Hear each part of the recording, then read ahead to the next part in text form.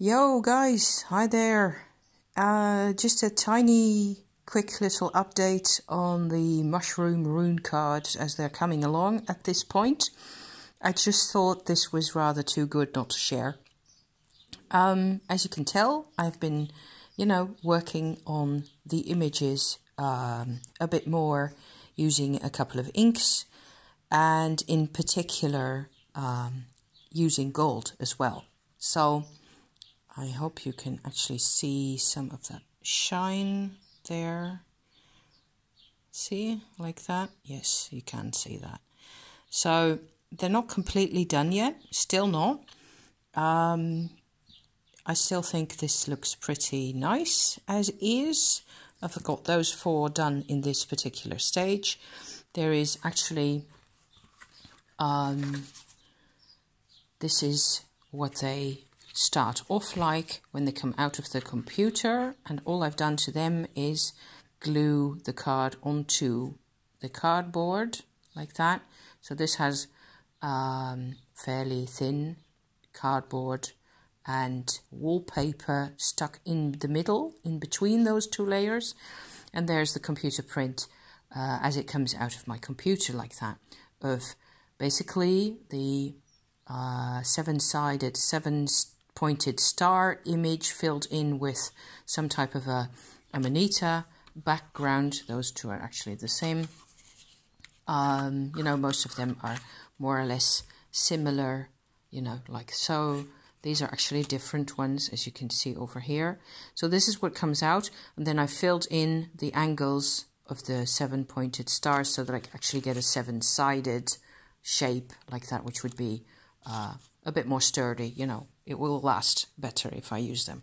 So in these, I have a setup where I picked a particular mushroom. There's actually something going on with that. I had incorporated 2 really dangerous Amanitas in here. So this Amanita, the red fly cap, and this Pantherina over here, it turns out they're not really all that lethal. You still shouldn't eat them raw or any of it. I'm not advising anybody to eat this type of mushroom ever, as I've probably said before.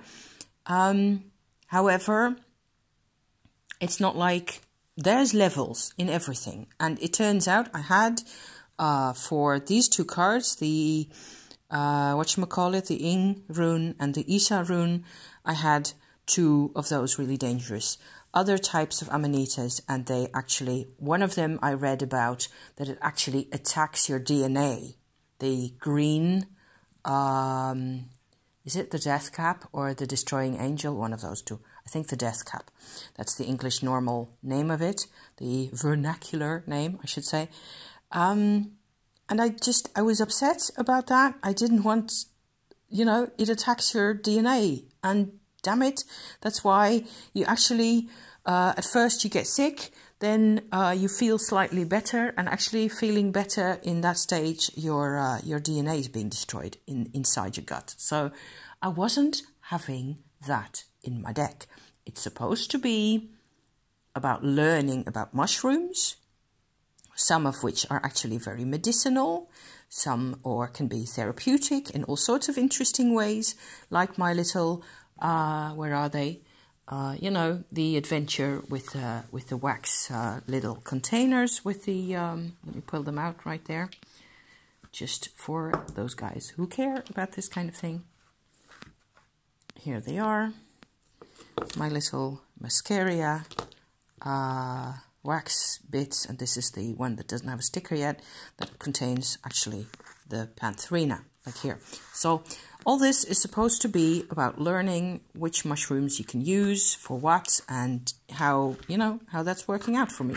So I'm not even sure whether, I will be using this as a rune deck necessarily all that much. We will see what happens. But, I just want to be able to relate to the things. That's the real deal here. So I have done a lot of research. I've done a lot of photographing of mushrooms also. This is actually what are those called? the thing that grows on trees. There's like a turkey tail. I also have the real turkey tail in here. That's very common. And those mushrooms are actually, I'm looking for the turkey tail now as I talk here. They are, here it is. They contain, these two, it looks like they contain substances that are actually helping to combat cancer. So there's quite a number of these species that contain anti-carcinoma kind of substances, or part of their makeup is about that. So I just thought that was really extraordinary. I'm learning all sorts of things. Here's another cool one. This is a birch type mushroom that's living on the dead wood of the birch tree, like so, just like these two, except these don't live on birch trees. This is a particular one to the birch tree. I learned recently on a TV program that this one was used in prehistoric times as a anti-inflammatory tool. So if you'd hurt yourself, you would actually cut a slice of this and bind it over the wound with a little piece of cord or something so it would stay put, and that would actually prevent inflammation. Isn't that awesome? So I learned this on a German television program about the 5,000-year-old ice mummy that they found, the body of the hunter that they found in Austria in the mountains in, I believe, the 80s or somewhere around that, in the 90s somewhere. So learning all sorts of things, using basically as much as possible my own photographs, or also leaning very heavily into my own experience of these things, and trying to, that's the next potentially interesting bit here, couple that up with some type of a interpretation of a rune, where, there's, as far as I'm concerned, interpreting runes has to factor in at some point the Rune Poems. I will stick a link to the Rune Poems as it is found, I think, on Wikipedia. That's just the easiest thing in the world to look up, because that's the original text as it was copied out in the Middle Ages. So we are talking a lot later than when the runes were in use in a popular context. This is revival stuff afterwards, centuries afterwards. But it was of some interest, and the poems are actually really cool to read. So I really recommend that to anybody. I got a chance to look at those when I was studying runology back in university, quarter of a century ago. But I feel, because I've been in that, I feel like it's just very much part of my rune interpretation ever. It's just going to be there whether I like it or not. And I need to revisit them also myself, because some of that stuff has gone into the fog, into the brain. But this one, for example, the turkey tail mushroom here, that was easy. What with all the rings, each year it makes another ring. So that was easy to couple that with the Jera rune for the year cycle. That makes sense, doesn't it? That's just really, really easy. And that one, since it grows on birch trees, what rune am I going to pick for that? Of course, the Birkia, the birch tree rune. So all this kind of good stuff. I thought it was fun to also share, how much working with gold actually does here.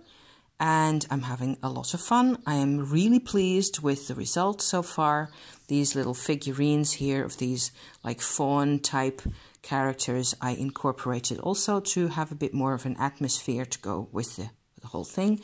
And that may actually need a bit more work as I move along, with pencil and stuff like that, in order to make it into a complete picture. But it's also okay when those figures really stand out like this. I'm just fiddling about as I go along. There is one card here that actually does not have a mushroom on it. Where is it gotten to now? I'm sure I saw it just now. And that was the U rune. I have seen it. Where are you? I'm trying to program my brain to look for it. Amethystina and all that. And it has completely disappeared. No, that's impossible. Where are you? Where are you? Anything else I can talk about in the meantime while I am messing around here? Let me see. Here's the Chicken of the Woods card. I'm going to look through the phone now. There's the ink, mushroom, and so on and so forth. I can't find it. Thank you for watching, you guys. There's a U tree on the U rune card. There you go. That's it. That's what I was going to say. Hope you enjoy my project as well as much as I do. Bye-bye.